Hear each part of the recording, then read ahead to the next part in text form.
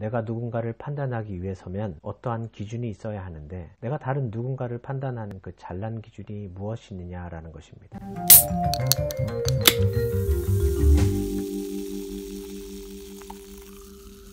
살다 보니까 우리의 삶의 자리에서 엄청나게 영향력을 미치는 우리의 내면의 소리가 있는데 판단이라고 하는 녀석입니다. 영어로는 judging others라고 합니다. 우리는 남들을 정말 엄청나게 판단하는 습관이 있습니다. 남녀노소를 가리지 않고 평등하게 하는 것이 있다고 한다면 남을 판단하는 습관입니다. 남을 판단하는 습관이 어찌나 습득되어 있는지 우리는 누군가의 행동과 사고와 선택을 굳이 대신해서 판단하는 오지랖이 어마어마합니다.